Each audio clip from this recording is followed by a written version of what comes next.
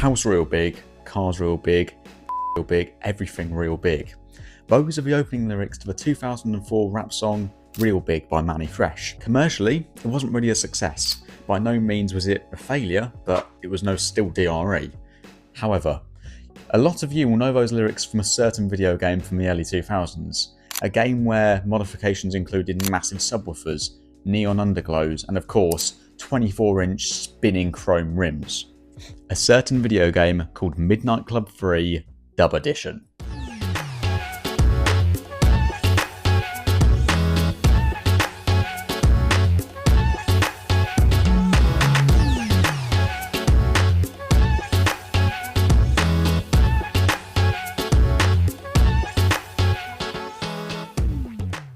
And when you booted up your PS2, went onto the game, that was the first thing you heard. The first song booted through your speakers. I think that song in general perfectly encapsulates what the 2000s were about.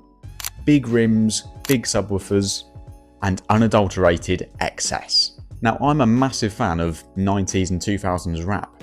I mean, from old school Kanye West to Wu-Tang Clan and Dr. Dre. So many of the lyrics are about a character. Baggy jeans, Carhartt t-shirts, caps, and of course, cars. Talking about makes and models, to then modifications and outrageous options. Trying to brag and make subtle flexes, well, when I say subtle, obvious flexes of just how much money they have. But to speak about cars and rap music, we have to go way back before 2004, to the 80s and 90s, when rap music was really starting to take off, thanks to NWA. It was becoming sort of a commercial music. You'd hear it on the radio. People were making serious money from the songs. With rap songs now hitting the mainstream, you'd see countless lyrics mentioning cars.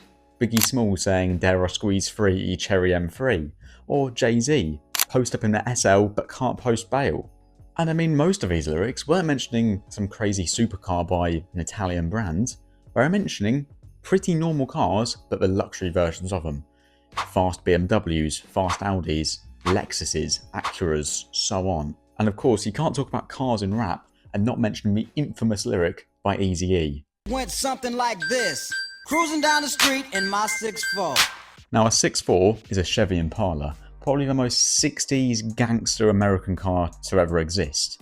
And of course, being a rapper, Eazy-E pimped out his 6'4" with wire wheels, pinstripe, and of course, hydraulics. Now, Eazy-E and many other rappers of the time bragged about cool cars like this, lowriders, and spread word across the world that these were quite cool.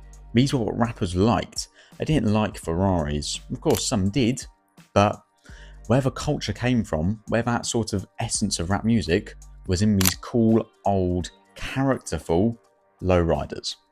Now, rappers were bragging about these cars, not like a top trumps game. You weren't speaking about who had more power or whose car made peak torque at a certain RPM.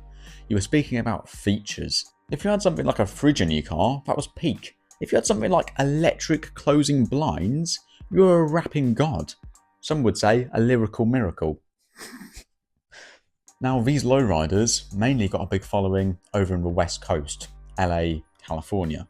Whereas if you moved over to the East Coast, you'd see a lot more of 90s Japanese. Things like Lexuses, Acuras, Infinitis, the pure luxury versions of normal brands like Toyota, Honda and Nissan. But if you go down south, you'd find probably the most outrageous vehicles of all of the rap scene. Something called donks. Let me give you a brief rundown of what a donk is. You take an old 70s Chevy, fill it to the top with speakers, put some weird, funky branded livery on it, usually something like 7-Up or Sprite, and then put wheels on it. Now, of course, wheels can be any shape or size. Most days now, you find sort of 18, 19, maybe even a 20. Back in the 2000s, 24-inch rims were a massive thing. But a donk had something slightly different. Usually 30-inch wheels, maybe even bigger, which made the cars look so ridiculous. It's like they've just been upgraded at Benny's Customs. And moving out of the 90s into the 2000s, rap music was getting extremely lucrative. You'd find rappers going from MPVs and Infinitis to some of the most ridiculous, incredible, insane supercars to ever grace this earth. I mean, to start off, let's take the music video for big timers, get your roll on. They're doing donuts in a car. Not any normal car, a four-wheel drive Lamborghini Diablo. That's a car that's notoriously difficult to drive. Big gated manual gearbox, stupidly heavy, and a clutch which you need 5 men just to depress. Yet they're doing it covered in bling with the Lambo doors up. What an outrageous thing to do. Every time I watch it back, I can't believe it. It's such a period correct thing. I mean, nowadays you'd find an Aventador doing it by some rapper with his name starting with Lil. Probably put it into drive, eco mode, and just gone ba ba ba ba ba ba ba ba ba. Whereas them, into first on a gated manual gearbox, dropping the clutch. Incredible. I mean, seriously, I've watched that video back 50 times. Oh yeah, and of course 50 Cent. Well, he released Window Shopper, had to make a music video for it. So, as the title says, he went window shopping. Went around Monaco, probably the hub for shopping in fancy shops. But he can't just drive around there in something normal like a Ferrari 360, maybe even a Gallardo. No, we had to take it to an extreme level. A Maserati MC12. What an outrageous car! Now, rap music at this time was getting swarmed with mentions of Ferraris, Bentleys, Rolls Royces, so on. But a lot of rappers didn't forget their roots. Things like Cadillacs, 300Cs, Lincoln Navigators, and of course, the Escalade were still getting mentioned all the time.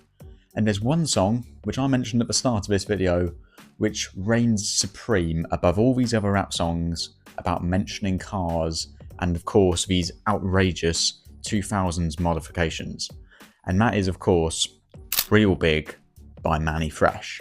Now, rather than explaining why I love this song so much and going into detail about some of the silly things he's got on his cars, why don't I just read you some of the lyrics of what he claims to have modified some of his vehicles with. Now, of course, in the chorus, he mentions the 24-inch rims, standard protocol for any 2000s car. But then he goes on to mention some of the more extravagant modifications, let's say. Now, of course, to keep this period correct, let's imagine it's a Cadillac Escalade that he's doing all these modifications to. Hardwood floors in that bitch that connect from the front to the back. Look like a forest in that bitch, and I'ma put a matching sofa set, big open deck. So already in his Cadillac Escalade, he's got a matching sofa set and a wooden deck. Okay, it's feasible, it's possible. 615s, 615-inch subs. I mean, already, room must be getting quite tight. Push that button, microwave oven. Is that a fish tank burrowed in the middle of a dash? Now, if my memory's right, in the actual music video, he has sort of like an A4 cutout of the fish tank. Obviously, it's been a work in progress. I believe, I'll put it on the screen if there was a real life version of this. I'm fairly sure it was a real thing eventually. They did actually manage to put a fish tank into the dashboard. Of course, clap off lights when you're getting affection, clap on lights when you find protection. Now, so far, all of this stuff, just going off square footage, I don't know how he's managed to fit all this into his vehicle, but there's two more things which make it seem like a bit of a lie. And that's, of course, got a 2-lane bowling alley up in the truck.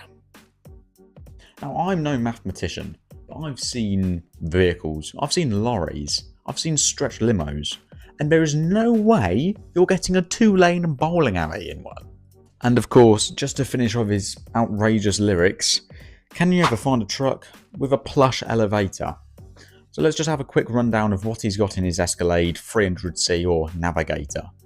So he's got a microwave, clap on, clap off lights, a big open deck, a matching sofa set, a 2-lane bowling alley. I think he mentions an alligator, the fish tank. How are you fitting this into the car? I mean, some of these lyrics in these songs were just outrageous. Like, you don't even believe them when you read them back. I've been going through so many old music videos and rap songs doing my research for this video, and I was just astounded by some of the ridiculous things I read. It's not just mentioning fast luxury cars and cool modifications. There's some lyrics that are just downright silly. I mean, I'm going to give you 4 lyrics right now. 3 of them I have made up, and 1 of them is real. Try and guess which one's what. So we'll start off with number 1. Spin round, hurt necks when I pull up and revert. Dub rims, Brabber skirt, makes girls flirt. V12 goes fast, make bitches flirt. Okay. Number 2. Cruise round in my Lexus from Cali to Texas. Just to flex these 24s. Yeah, they test for suspension. I rob all these old motherfuckers of their pensions. Number 3. My car's like a movie. My car's like a crib. I got more TVs in here than where I live. And finally, I can't believe I'm reading this, but Russian girl named Oliva. She a diva. Driving around in me 1992 1.3 litre Ford Festiva. Now, which one out of all those 4 lyrics do you think's the real one? Yeah, the real one is number 3. He's got more TVs in here than where he lives. That's from an old song by Kanye West and GLC called Drive Slow. Genuinely one of my favourite Kanye West songs of all time, but some of the lyrics in that are ridiculous. I mean, he goes on to mention he's got Brabus rims. Who else flexed Brabus? When's the last time you heard something like Brabus or Alpina in a rap song? I mean, there's so many lyrics that I've completely forgot to mention from rap songs. And I'm wanting loads of comments to be about some of the most ridiculous lyrics you've heard. I want to hear something about the size of his tyres. You know, I've got 225 wide tyres. I want to hear something about what viscosity oil he uses. And I'm sure if I scroll through old rap lyrics for long enough, I can find probably those things scattered around in early 2000s songs. But then moving from the 2000s into the 2010s and the 2020s, car rap lyrics have died. They still exist, but not in the same way. Back in the day, it used to be what you did to modify them. It used to be how you made them to yourself. You had a bit of character to the car. But now it's all about luxury brand names from Italian supercars. Ferraris, Lamborghinis. You know, I woke up in a new Bugatti, or I got a Glock in my Rari. And then what I still think is some of the worst modern rap lyrics about cars that are about. They're from Post Malone. A very cool guy. I like Post Malone. He's a genuine car guy and seems like a really nice person. But before he's in his little country phase at the moment, he used to do more sort of American rap songs. And there's a couple of lyrics which I absolutely despise. G-Wagon, G-Wagon, G-Wagon, G-Wagon. All the housewives pulling up. I got a lot of toys. 720S pumping Fallout Boy. They go on, and there's other mentions of boring supercars, for example, 750 Lambo in the Utah snow. What are these lyrics, man? Get some big 24-inch rims, get some Dub. Dub is the best brand to ever exist. I mean, Rotiform nowadays do all your fancy, expensive wheels. But go back to 2002, the only thing a man would ever want is some 22-inch chromed out Dub wheels on his Honda Civic. Now, you've probably noticed, this entire video I've been talking about US rap. One day I will talk about UK rap and the car scene that came along with it in the 2000s. However, what it all basically is modified Vauxhall Novas and drum and bass. Not that I dislike either of those things. I mean, I love that old max power scene, and one day I will talk about it and go into detail about when boy racers took over the world. But I do find all these car lyrics are dying art. I love old school rap music. Modern rap just doesn't do it for me, I don't listen to it at all. Anything 90s and 2000s I'm all over. And like I mentioned, I think a massive reason for that is because of some of these lyrics. They were so full of character. Like I mentioned, the clothes, the entire attitude, the cars, the bitches, the money. I love old school rap. And I don't think that's ever going to change. And growing up listening to those songs and playing games just like the one I've got in the back, Midnight Club, those are memories that are going to stick with me forever. If you've enjoyed the video, I'll see you in the next one.